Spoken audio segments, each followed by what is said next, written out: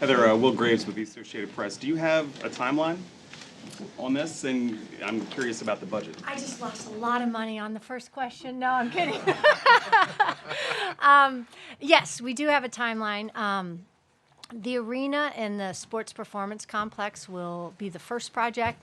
We have conceptual renderings, which you all saw, and so tomorrow we go into schematic design, which is a much more detailed process.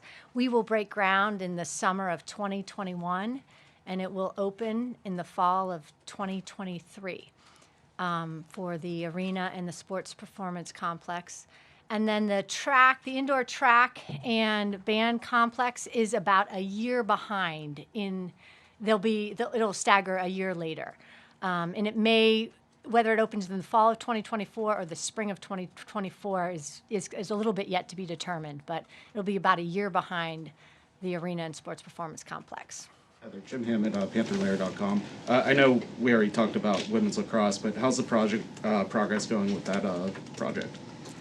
Great. You know, we have a location for a stadium, and Emily's doing an incredible job recruiting the first class. We've got a staff now, and a dedicated place. That will be the third project in the Victory Heights vision. And so we don't have a set timeline on that yet, but we absolutely know that it can fit where it's located on the OC lot. Jerry DePaula, Tribune Review. Heather, what facilities or parking lots or whatever already existing will be sacrificed for Victory Heights? Good question. So the arena and sports performance complex, there will be no facilities impacted. It's just the green bowl site right next to the Pitt here. For the indoor track and band complex, that's going to go on the back side of the cost center where the dome currently is. So the dome will be around for the next two more years, and then expect to relocate. And it times up well because we're opening a brand new rec center on campus, and it times up very similarly. So as that facility comes offline, the rec center will come online. And the neighborhoods will be touched? No. Chancellor Aaron Martin with WPXI. On that note, we've seen a lot of development in the lower hill with the Civic Arena project. How do you see this project potentially impacting the upper hill? Well, we're not. This project is really on the Pitt campus as it's understood by the neighborhood. So I don't anticipate the kind of dynamics that you've seen around the lower hill. That being said, anytime there's development and construction on the university campus, the neighbors care, and they should care. And so what we've tried to do with the campus master plan is create a vehicle where those discussions can happen not just episodically, but kind of continuously. So our community and government relations team has been in our neighborhoods, sharing our plans, soliciting input from our neighbors. And based on those reactions at this point, we think people are pretty excited about it. Heather, Craig Meyer with the Post-Gazette. I was curious what the final, for this project, what the final price tag is and what percentage of the way or how close you are to securing those funds. Well, the project is, in total, both sites of Victory Heights is around $250 million. And, the university has committed to supporting the vision and making sure that this is moving forward. We are fundraising to offset those expenses and obviously a payment towards it. And we're just getting going on that piece of it. But we have a number of commitments already from our Champions Advisory Board.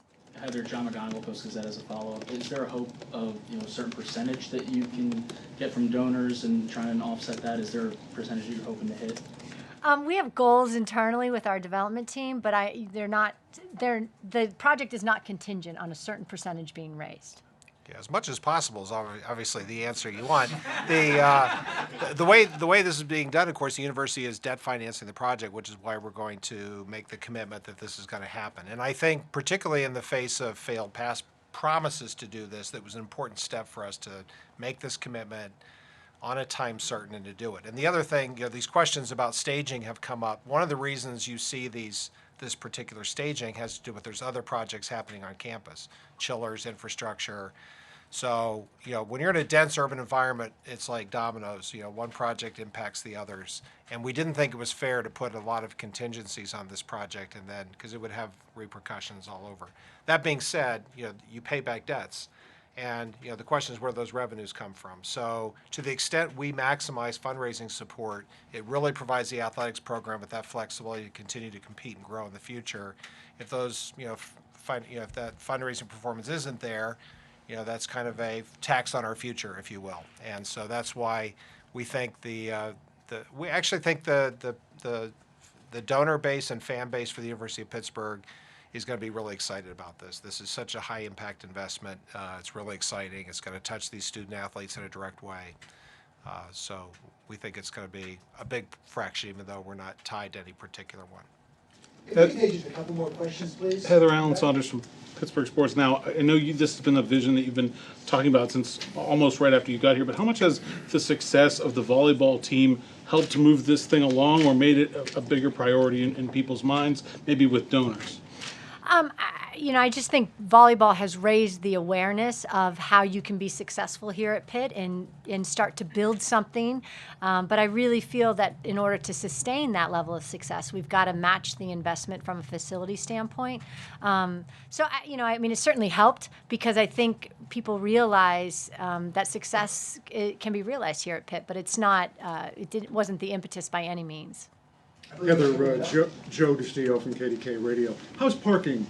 It's always a question for Oakland, parking. Are you taking away parking for some of these facilities, or are you putting in parking? How's it going to work? Not for the arena and the sports performance complex, and not for the indoor track and band facility. The parking will not be impacted. Obviously, we have complex parking plans as a part of the campus master plan, and they've definitely thought through the parking issues and challenges here, but we're not removing parking for those two projects. Heather, what happens, Sue Jones, 2 times, what happens to Fitzgerald Fieldhouse when all this is done, and Trees Hall?